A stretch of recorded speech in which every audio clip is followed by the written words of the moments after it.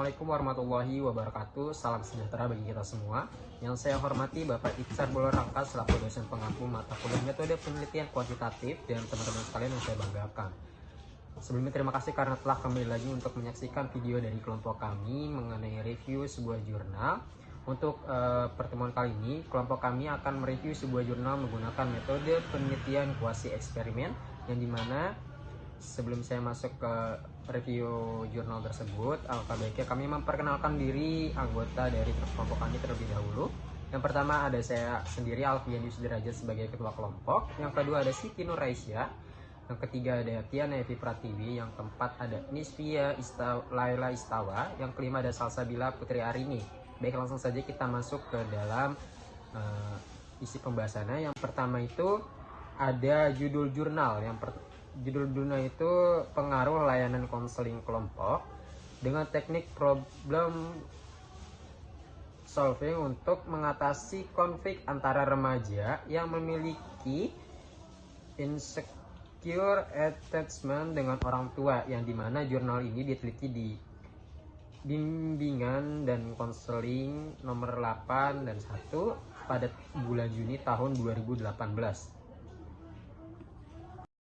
Selanjutnya, siapa yang meneliti jurnal tersebut? Yaitu ada Susi Fitri dan Aulia Mastura. Selanjutnya ada latar belakang riset atau penelitian. Masa remaja, masa terjadinya banyak perubahan. Salah satu yang menonjol selama masa remaja adalah membangun diri sebagai makhluk yang otonom. Keinginan orang tua untuk mengontrol remaja dan keengganan orang tua untuk memberikan otonomi secara penuh mengakibatkan perilaku yang dianggap mengekang bagi remaja. Ningsih tahun 2012. Dalam penelitian, Gun mengatakan bahwa konflik meningkat pada masa remaja awal dengan intensitas tertinggi pada pertengahan masa remaja. Sementara peristiwa konflik setiap harinya meningkat dan menjadi lebih intens. Namun, waktu yang dihabiskan remaja dengan orang tua mereka menjadi menurun, sehingga orang tua menganggap bahwa masa remaja merupakan tahap paling sulit dari perkembangan remaja-remaja mereka. Peraturan mengenai jam malam, pemilihan teman, pemilihan baju, dan aturan lainnya merupakan salah satu dari terbentuknya konflik antar remaja dan orang tuanya. Meichenbaum, Fabiano, dan Vincem tahun 2002. Poin yang kelima yaitu sisi yang menarik atau signifikan, yaitu berdasarkan hasil pengujian hipotesis didapatkan bahwa konseling kelompok dengan teknik problem solving memberikan pengaruh yang signifikan dalam menurunkan skor intensitas konflik antara remaja yang memiliki insecure attachment dengan orang tua. Dengan adanya hasil ini, maka tujuan penelitian yang telah didapatkan atau dipaparkan pada bab sebelumnya yaitu untuk melihat pengaruh dari penerapan layanan konseling kelompok dengan teknik problem solving pada remaja yang memiliki insecure attachment dengan orang tua yang dicapai. Poin yang keenam yaitu letak originality atau pembaharuan penelitian. Hal ini dilakukan sebelum anggota kelompok mengimplementasikan perencanaan yang sudah dibuat. Latihan yang dibuat adalah mengajarkan anggota kelompok untuk duduk berdua dan berdiskusi mengenai permasalahan yang terjadi antara dirinya dan orang tua. Anggota kelompok diminta untuk mengekspresikan dan mengungkapkan perasaan-perasaan apa yang selama ini dirasakan dirinya ketika mengalami konflik. Anggota kelompok diminta untuk menjelaskan dan mengevaluasi bagaimana seharusnya perilaku yang harus diperbaiki agar masalah terselesaikan. Hal ini berdampak pada positif setelah anggota kelompok mengimplementasikan perencanaan yang sudah ia buat untuk dilakukan kepada orang tuanya. Dalam mengimplementasikannya, anggota kelompok mencoba membuka komunikasi agar mampu berdiskusi dengan menurunkan ego dan emosi masing-masing. Poin G, yaitu masalah apa yang ingin dijawab oleh peneliti. Penelitian ini bertujuan untuk mengetahui pengaruh layanan konseling kelompok dengan teknik problem solving untuk mengatasi konflik antara remaja yang memiliki insecure attachment dengan orang tua. Pada poin H, yaitu solusi atau metode apa yang dipakai. Metode penelitian yang dilakukan dalam penelitian ini adalah metode eksperimen. Poin I, desain penelitian apa yang digunakan? Penelitian ini menggunakan desain penelitian kuasi eksperimental dengan pretest, post-test, non-equivalent control group design. Kuasi eksperimen memiliki kelompok kontrol, namun tidak dapat sepenuhnya mengontrol variabel-variabel yang mempengaruhi pelaksanaan eksperimen. Populasi dalam penelitian ini adalah peserta didik kelas 10 di SMA Bina Dharma Jakarta Timur sebanyak 178 orang. Teknik pengambilan sampling yang akan peneliti gunakan adalah purposive sampling. Purposive sampling adalah teknik penentuan sampel dengan pertimbangan dan tujuan tertentu.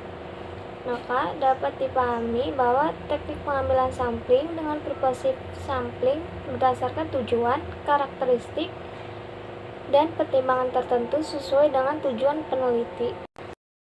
Baik, selanjutnya saya akan menjelaskan poin ke-10, yaitu apakah kesimpulan yang dipaparkan dapat menjawab pertanyaan peneliti? Jawabannya adalah iya. Berdasarkan hasil penelitian dan pembahasan mengenai pengaruh konseling kelompok dengan teknik problem solving untuk mengatasi konflik antara remaja yang memiliki insecure attack dengan orang tua, maka diperoleh kesimpulan sebagai berikut. 1. Berdasarkan hasil pengolahan data pretest sebelum pelaksanaan eksperimen, diperoleh data bahwa 5 orang anggota kelompok eksperimen berada pada kategori tinggi. Lalu, berdasarkan hasil pengolahan data pretest setelah pelaksanaan eksperimen, diperoleh data bahwa 4 orang berada pada kategori rendah dan 1 orang berada pada kategori sedang. Ketiga, berdasarkan deskripsi data tersebut, maka didapatkan hasil bahwa secara keseluruhan anggota kelompok yang mendapatkan konseling kelompok dengan teknik problem solving yang berada pada kategori sedang dan rendah memiliki penurunan skor intensitas konflik. Lalu, yang keempat adalah berdasarkan hasil pengujian hipotesis yang dilakukan dengan menggunakan mean weighted test pada data gain-score kelompok eksperimen dan kelompok kontrol, didapatkan hasil yaitu mendapatkan nilai signifikasi sebesar 0,008 kurang dari 0,05, yang berarti bahwa konseling kelompok dengan teknik problem solving berpengaruh secara signifikan terhadap level konflik pada remaja yang memiliki insecure attack dengan orang tua. Lalu yang terakhir adalah berdasarkan hasil pengujian hipotesis juga menunjukkan bahwa pelaksanaan layanan konseling kelompok dengan teknik problem solving dapat memberikan dampak yang signifikan terhadap penurunan skor intensitas konflik pada kelompok eksperimen dibandingkan dengan kelompok kontrol yang tidak mendapatkan layanan konseling kelompok dengan teknik problem solving. Maka dari itu, dari semua kesimpulan yang sudah dipaparkan dapat menjawab semua pertanyaan peneliti.